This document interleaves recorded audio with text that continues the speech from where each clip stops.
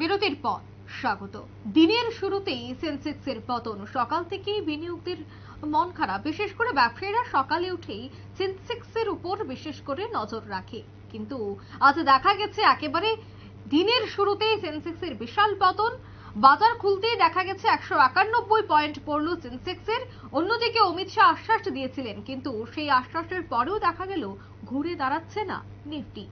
আর সেই বিষয়ে বিস্তারিত জানবো, টেলিফোন লাইনে রয়েছে এক্সিকিউটিভ এডিটর নীল বণিক। নীল, এই মুহূর্তে নিফটি সূচক ধীরে ধীরে কমতে শুরু করেছে। এই মুহূর্তে খবর যে বাজার খুলতেই 191 পয়েন্ট পড়লো সেন্সেক্সে। তুমি কি জানতে পারছো কতটা প্রভাব পড়বে ভারতীয় বাজারে? দেখো, নির্বাচন ঘোষণা হওয়ার পর থেকেই কিন্তু সেন্সেক্সের একটা বড় ধস নামে। কখনো কখনো সেন্সেক্স মাঝে মধ্যে একটু ইউটার্ন করলেও ধারাবাহিকভাবে যে সেন্সেক্সের ইউটার্ন সেটা কিন্তু অনেকাংশেই কমে যায়। এরপর থেকেই যেটা প্রশ্ন হতে থাকে যে কবে সেই সেন্সেক্স লাফিয়ে লাফিয়ে বাড়বে, তা নিয়ে কিন্তু সবাই কিন্তু একটা উৎকণ্ঠার মধ্যে ছিল। এবং যেভাবে বাজার ঝিমিয়ে যাচ্ছে তাতে কিন্তু চিন্তায় ছিলেন ছোট বিনিয়োগকারীরা। যারা ছোট বিনিয়োগকারী তাদের যদি বাজার স্টেবিলিটি থাকে তাহলে তাদের বিনিয়োগ করতে সুবিধা হয়, এবং বিনিয়োগ করে তারা সেই যে বিনিয়োগ যে অর্থটা সেটা একটা মার্কেটে একটা রোলিং করাতে পারে। সেই জায়গাটা ছোট বিনিয়োগকারীদের বন্ধ হয়ে যাচ্ছিল ধীরে ধীরে।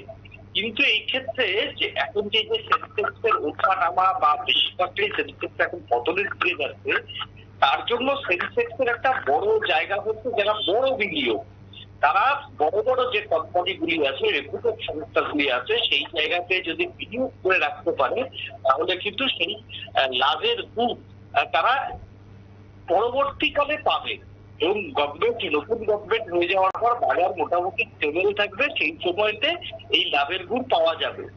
এটা যারা বড় বিনিয়োগকারী বা দীর্ঘ 2 মাস 3 মাস পর্যন্ত টাকা ওয়েট করাতে পারবে তাদের ক্ষেত্রে লাভ। কিন্তু ছোট বিনিয়োগকারী যারা রোজ ট্রেডিং করে বা সপ্তাহে 2 দিন 3 দিন একদিন ট্রেডিং করলো, মকা বুঝে 2 দিন 3 দিনের মধ্যে সেই ট্রেডিং ছেড়ে দিয়ে একটা 30% বা 35% লাভ করলো, তারপর সেই টাকাটাকে আবার রোলিং করবে, এইরকম ব্যবসায়ীদের মধ্যে কিন্তু একটা অসুবিধা হয়। এবং সেইটাকে গতকাল কিভাবে কেন্দ্রীয় স্বরাষ্ট্রমন্ত্রী অমিত শাহ বলেছেন যে আপনারা সবাই শেয়ার মার্কেটে বিনিয়োগ করুন, বিজেপি আসলে এর ডবল টাকা পাবেন। এবং কেন্দ্রীয় স্বরাষ্ট্রমন্ত্রীর এই বক্তব্যের পরই গতকাল দেখেছিলাম বাজার কিন্তু চচ্চড়িয়ে না বললেও বাজার একটা মোটামুটি স্থিতাবস্থা ছিল। সবাই মনে করেছিল যে কেন্দ্রীয় স্বরাষ্ট্রমন্ত্রীর এই ঘোষণাটা হয়তো দালাল স্পিচ একটু চাঙ্গা হবে এবং শেয়ার বাজার চাঙ্গা হবে, সেটা সবাই মনে করেছিল গতকাল যে সেন্সেক্সের যে বৃদ্ধি সেই বৃদ্ধির হার দেখে।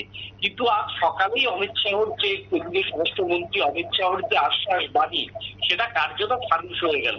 এবং আজকে দিনের শুরুতেই সকালে 9টার সময় বাজার খোলার পরেই কিন্তু সেন্সেক্সের পতন নিচে নেমেছে, প্রায় 191 টাকা নিচে নেমে এসে এই সেন্সেক্স। তার জন্য কিন্তু সবাই এটা একেবারেই হতাশ। এবং এই সেন্সেক্স নামাতে সাধারণ যারা বিনিয়োগকারী তারা কিন্তু হতাশ, কারণ গতকাল যারা সেন্সেক্সের এই উত্থান দেখে অনেকেই কিন্তু ভেবেছিলেন যে এবার হয়তো লাভের গুণ পাওয়া যাবে, বা অনেকে আবার কিছু রেপুটেড ফান্ড কিন্তু তারা ক্রয় করেছিলেন যে আজকে সকালে হয়তো সেটা একটা ভালো রিটার্ন দেবে। কিছু মানুষ যারা সরকারি সেক্টর গুলোতে টাকা বিনিয়োগ করে, যেমন এসবিআই, ওএনজিসি, ইন্ডিয়ান অয়েল, ওই সংস্থাগুলোতেও কালকে দেখা গেল যে একটা উদ্যোগমুখী যে ছিল সেটা কিন্তু আজকে কিন্তু সেই উদ্যোগমুখীর যে গতি সেটা অত্যন্ত স্লথ। এর থেকেই বোঝা যাচ্ছে যে সেন্সেক্সের এই যে অমিত শাহর যে আভাস বা অমিত শাহর যে আশ্বাস বাড়ি সেন্সেক্স নিয়ে, তাতে বাজার ঘুরে দাঁড়ানো না, যে বাজার অর্থনীতি, সেই বাজার অর্থনীতির কাছে যে কেন্দ্রীয় স্বরাষ্ট্রমন্ত্রীর কথা মূল্যহীন সেটা আজ সকালে প্রমাণ করলো। 191 পয়েন্ট সেন্সেক্সের পতন সকালেই, বেলা বাড়তে সেটা পতন না বৃদ্ধি হবে, কত শতাংশ বৃদ্ধি হবে, খুব বড় জোরে 200 থেকে 250 পর্যন্ত বাড়তে পারে। এর বেশি কিন্তু সেন্সেক্সের বৃদ্ধি হওয়ার কাজ কিন্তু অসম্ভব যদি বড় কোনো অঘটন না ঘটে। তো সেন্সেক্সের এই পতনে কিন্তু খুশি নয় যারা দালাল স্ট্রিটের যারা বিনিয়োগকারী, তারাও যেমন খুশি নয়, ব্রোকাররাও খুশি নয়, এবং সেন্সেক্সের তারা ঊর্ধ্বমুখী হোক এমনটাই চাইছেন ব্রোকাররা। কারণ সেন্সেক্স যদি ঊর্ধ্বমুখী না হয় তাহলে দালাল স্ট্রিটের যারা ব্রোকার থাকে তাদের কিন্তু শেয়ার বিক্রি করতে অসুবিধা হয়, এবং যে কোম্পানিগুলি শেয়ার বিক্রি করে তারা যদি লাভের মুখ দেখাতে না পারে গ্রাহককে, তারা কিন্তু সেই অর্থে কমিশন নিতে পারে না। সেই জন্যই মনে করা হচ্ছে যে অমিত শাহ একটা প্রস্তাবেও শেষ পর্যন্ত সেন্সেক্সের পতনের হার ফেরেনি, এবং সেই সেন্সেক্সের পতনের হার অব্যাহত রয়েছে।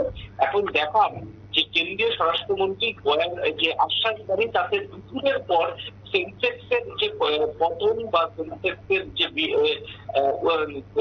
মানে তোমার হচ্ছে গতি, সেই গতির ঊর্ধ্বমুখী গতি বাড়ে কিনা সেটার জন্য দুপুর পর্যন্ত অপেক্ষা করতে হবে। কারণ সবপক্ষে সেন্সেক্সের পতন দিয়ে পুরো সরকারের আর্থিক পলিসির বিরোধিতা করা একটা মূর্খামির মতো হবে। একদম ধন্যবাদ নীল।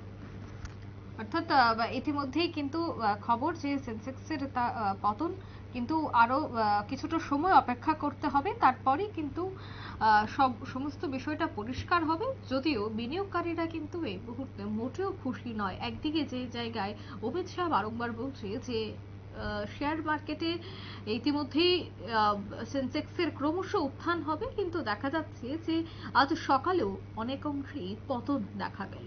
নিয়ে নিচ্ছে ছোট্ট একটি বিজ্ঞাপন বিরতি, সঙ্গে থাকুন।